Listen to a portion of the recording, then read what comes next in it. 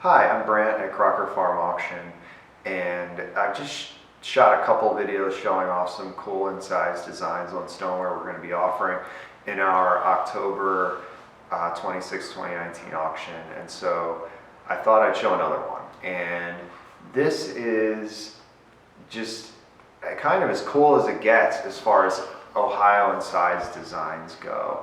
And as you're probably aware, if you're an Ohio stoneware collector, or you pay attention to Ohio stoneware, it's not common to see incised designs on Ohio pieces.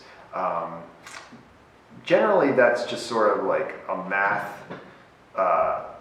issue, in that by the time Ohio really took off as as a stoneware center, production center, the American stoneware craft was moving away from incised designs. And if you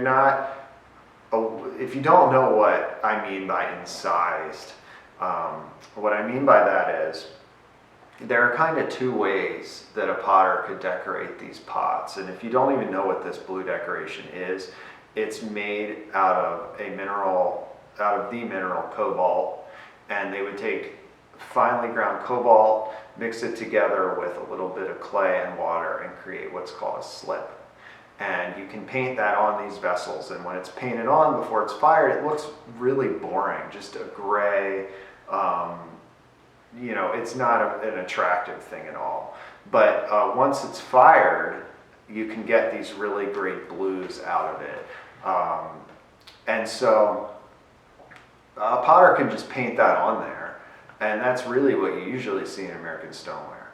But what they can also do, and this kind of comes out of the German tradition of stoneware, is you can actually take a tool and you can cut into the clay, and then you can highlight that with cobalt. Or you can not highlight it at all. You can just cut a design into the clay.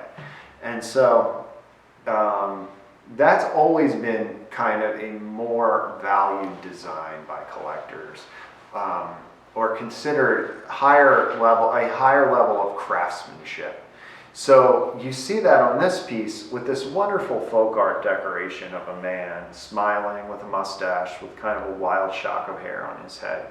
You can see the stick figure arm pointing out, almost as if he's extending his hand to shake your hand. But as far as Ohio stoneware goes, as I said, incised decorations are extremely rare. So to see something this elaborate on a piece of Ohio stoneware, and this appears to be pretty clearly a Muskingum County, Ohio example. But it's unclear who the exact maker was. But to see that on here is just fantastic. So I wanted to show that off in person. And also on the back, you can see this hand, which is pointing. Just a nice detailed pointing hand. But yeah, this is just a great example of Ohio stoneware, and we're super happy to be able to offer it in our upcoming fall 2019 auction.